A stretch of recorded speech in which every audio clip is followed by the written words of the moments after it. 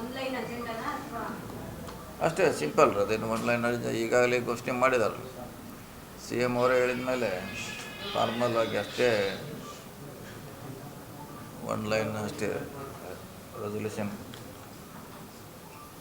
CLP ಸಭೆಗೂ ಮುನ್ನನೇ ರಾಜ್ಯಪಾಲರ ಬಳಿ D K Shivakumar ಹೋಗಿದ್ದಾರೆ ಸಮಯ ಕೇಳೋದು ಅಲ್ಲ, ಆಲ್ರೆಡಿ ಅವರು ಆಗೋದು ನಿಶ್ಚಿತ ಆಗಿದ್ದಲ್ಲ. ಹೀಗಾಗಿ ಚರ್ಚೆಯನ್ನು ಮಾಡ್ತಿರ್ಬೋದು. ಮುಂದೆ ಓತ್ ಬಗ್ಗೆ ಟೈಮು, ಡೇಟು, ಪ್ಲೇಸು ಚರ್ಚೆ ಮಾಡಿರ್ಬೋದು.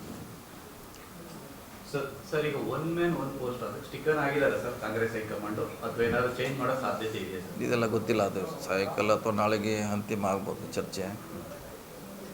ಸೊ ಅದನ್ನೆಲ್ಲ ಮಾತಾಡ್ತಿದ್ದಾರೆ ವರಿಷ್ಠರು, ಡೆಲ್ಲಿ ವರಿಷ್ಠರು, ರಾಜ್ಯ ವರಿಷ್ಠರು.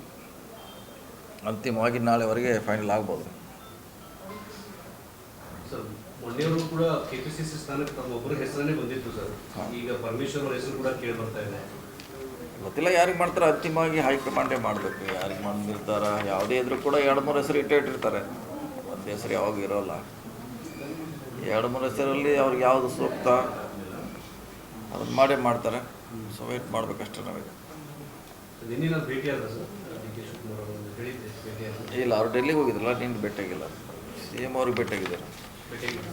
ಸಿ ಎಮ್ ಅವ್ರಿಗೆ ಭೇಟಿಯಾಗಿದ್ರು. ಸೊ ಮಿಕ್ಕಿದವರು ಇಲ್ಲ. ಇವತ್ತೇನು ಸಿಕ್ಕರೆ ಭೇಟಿಯಾಗ್ತೀವಿ. ಯಾಕಂದ್ರೆ ಸಿ ಎಲ್ ಪಿ ಇದೆ ಇವತ್ತು. ಸಿ ಎಲ್ ಪಿಯಲ್ಲಿ ಭೇಟಿಯಾಗ್ತೀವಿ.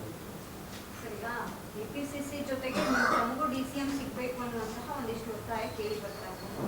ಹೇಳ್ತಾ ಇದ್ದಾರೆ, ತಮ್ಮ ಬೆಂಬಲಿಗರು ಹೇಳ್ತಾ ಇದ್ದಾರೆ ಅವರು ಕೂಡ DCM ಇಲ್ಲ ಅದು ಏನು ಮಾಡಬೇಕು ಅನ್ನೋದು ನಮ್ಮ ಪಕ್ಷ ತೀರ್ಮಾನ ಮಾಡಬೇಕಷ್ಟೆ. ಬೇರೆಯವ್ರದ್ದು ಡಿಮಾಂಡು ಅವರು ಇಂಟ್ರೆಸ್ಟ್ ಹೇಳ್ತಾರೆ ಅಷ್ಟೇ. ಅಂತಿಮವಾಗಿ ಪಕ್ಷ ತೀರ್ಮಾನ ಮಾಡ್ತಿದೆ ಯಾರಿಗೆ ಯಾವ ಹುದ್ದೆ ಕೊಡಬೇಕು, ಯಾವ ಸ್ಥಳ ಕೊಡಬೇಕು ಅಂತ. ಅದಕ್ಕೆ ಎಲ್ಲರೂ ಬದ್ಧರಾಗಿರ್ಬೇಕಷ್ಟೇ. ಸರ್, ಕಾಂಗ್ರೆಸ್ ಇತಿಹಾಸದಲ್ಲಿ 4 DCM 3 DCM ಮಾಡೋದು ಉದಾಹರಣೆಗಳೇ ಇಲ್ಲ. ಮಾಡ್ಬೋದಾ? ಇನ್ನೂ ಮಾಡಿಲ್ಲ. ಏನು ಚರ್ಚೆ ಅಷ್ಟೇ ಮಾಡಿಲ್ಲ ಇನ್ನೂ. DCMಗಳೇ ಬೇಡ ಅನ್ನೋ ಕೂಗು ಇದೆ. ಅದು ಇದೆ, ಮಾಡಬೇಕನ್ನೋದಿದೆ, ಮಾಡಬಾರ್ದು ಅನ್ನೋ ಎರಡೂ ಇದ್ದಾರೆ. ಅಂತಿಮವಾಗಿ ಯಾವುದು ಸೂಕ್ತ ಕರ್ನಾಟಕಕ್ಕೆ, ನಮ್ಮ ಪಕ್ಷಕ್ಕೆ, ಅದನ್ನು ನಿರ್ಧಾರ ಮಾಡ್ತಾರೆ. ಸುಮಾರು ಆಗ್ಬೋದು ಸರ್ ಡಿಸೈಡ್. ಅಷ್ಟಕ್ಕಾಗುತ್ತೆ.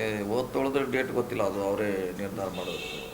ಬಹುತೇಕ ಹಿರಿಯ ನಾಯಕರನ್ನ ಸಚಿವ ಸಂಪುಟ ಕೈ ಬಿಟ್ಟು ಹೊಸಬರಿಗೆ ಅವಕಾಶ ಸಿಗುತ್ತೆ ಈ ಬಾರಿ ಅನ್ನೋದಿದೆ ಸರ್. ಪಕ್ಷ ಸಂಘಟನೆ ಹಿರಿಯರನ್ನೆಲ್ಲ ಬಳಸ್ಕೋಬೇಕು ಅನ್ನೋದು ಒಂದು ಚರ್ಚೆ ಇದೆ.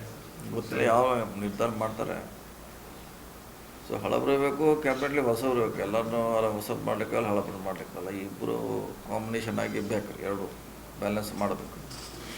ಹೈಕಮಾಂಡ್ ನಾಯಕರ ಬಳಿ ಸಿದ್ದರಾಮಯ್ಯ ಅವರು ಒಂದು ಬೇಡಿಕೆ ಇಟ್ಟಿದ್ದಾರೆ, ಸಮನ್ವಯ ಸಮಿತಿಯನ್ನ ರಚನೆ ಮಾಡಬೇಕು ಅನ್ನುವಂತಹ ನಿಟ್ಟಿನಿಂದ. ಆ ರೀತಿ ಅನಿವಾರ್ಯತೆ ಕಾಂಗ್ರೆಸ್ನಲ್ಲಿ ಇದೆಯಾ ಸರ್? ಯಾಕಂದ್ರೆ ಹಿಂದೆ ಬಿಜೆಪಿಲೂ ಆಗಿತ್ತು, ಅದಕ್ಕೆ ಸಾರಥ್ಯವನ್ನ BSY ವಹಿಸಿಕೊಂಡಿತ್ತು. ಸೊ ಇಲ್ಲೂ ಕೂಡ ಸಿದ್ದರಾಮಯ್ಯ ಅವರಿಗೆ, ಯಾಕಂದ್ರೆ ಅವರಿಗಿರುವಂತಹ CM ಸ್ಥಾನದ ಬಳಿಕ ಅವರಿಗೆ ಕೊಡುವಂತಹ ಪೋಸ್ಟ್ ಅಂತಹದ್ದೇ ಆಗಿರ್ಬೇಕಾಗುತ್ತೆ ಅನ್ನೋದು, ಆ ಥರದ ಅನಿವಾರ್ಯತೆ ಇದೆಯಾ ಸರ್? ಅಲ್ಲ, ಅದು ಪಕ್ಷ ತೀರ್ಮಾನ ಮಾಡಬೇಕು. ಯಾಕಂದ್ರೆ ಚರ್ಚೆ ಇನ್ನೂವರೆಗೇನು ಆಗ್ತಾ ಇಲ್ಲ ಅದು ಆ ರೀತಿ. ಸೊ CLP ಆದ್ಮೇಲೆ ಗೊತ್ತಿಲ್ಲ ಏನು ನಿರ್ಧಾರ ಮಾಡ್ತಾರೆ. ಸೊ ಮಾಡ್ಬೋದು, ಮಾಡದೇ ಇರ್ಬೋದು. ಎರಡು ಆಪ್ಷನ್ ಇದ್ದೇ ಇರ್ತದೆ. ಯಾವುದು ಡಿಪೆಂಡ್ ಅಪಾನ್ ಹೈಕಮಾಂಡ್ ತೀರ್ಮಾನ. ಸಕ್ರಿಯ ರಾಜಕಾರಣದಲ್ಲಿ ಉಳಿಬೇಕು ಅಂದ್ರೆ ಯಾವುದಾದ್ರೂ ಒಂದು ಪೋಸ್ಟಲ್ಲಿ ಕೂರಿಸ್ಬೇಕು ಅನ್ನುವಂಥದ್ದಿದೆ. ನೋಡೋಣ, ಕಾದು ನೋಡೋಣ ನಾಳೆವರೆಗೆ, ಸಾಯಂಕಾಲವರೆಗೆ. ಫಸ್ಟ್ ಒಂದೊಂದು ಕ್ಲಿಯರ್ ಆಗಬೇಕಲ್ಲ. ಒಂದಾದ್ಮೇಲೆ 2 3 ಈಗ ಇನ್ನೂ ಒಂದನೇದಾಗಿಲ್ಲ. ಇದೇ ಗದ್ದಲ ಇದೆಲ್ಲ. ಇನ್ನೂ ಒಂದನೇದಾಗಲಿದು. ಸರ್, ನೀವು ಎಲ್ಲ ಈ ಬೆಳವಣಿಗೆಗಳ ಬಗ್ಗೆ ನಿಮ್ಗೆ ಖುಷಿ ಇದೆಯಾ ಸರ್?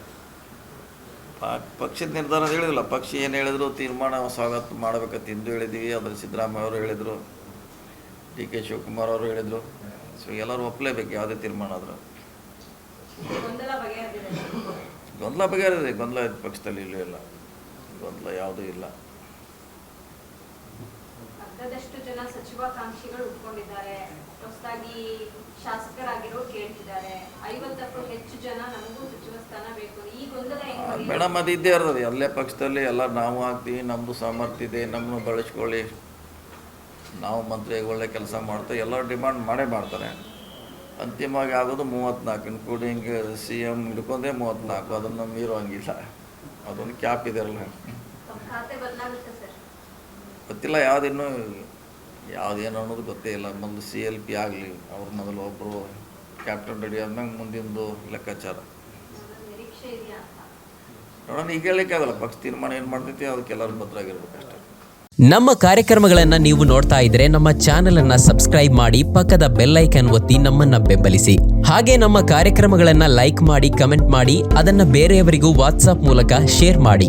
ನೀವು ಹೀಗೆ ಮಾಡಿದಾಗ ನಮ್ಮ ಚಾನೆಲ್ ಇನ್ನಷ್ಟು ಮತ್ತಷ್ಟು ಜನರಿಗೆ ತಲುಪಲು ನೀವು ನಮ್ಮೊಂದಿಗೆ ಸಹಕರಿಸಿದ ಹಾಗಾಗುತ್ತೆ. ಇದು ನೀವು ಯಾವುದೇ ಖರ್ಚಿಲ್ಲದೆ ಕೆಲವೇ ಸೆಕೆಂಡುಗಳಲ್ಲಿ ನೀಡಬಹುದಾದ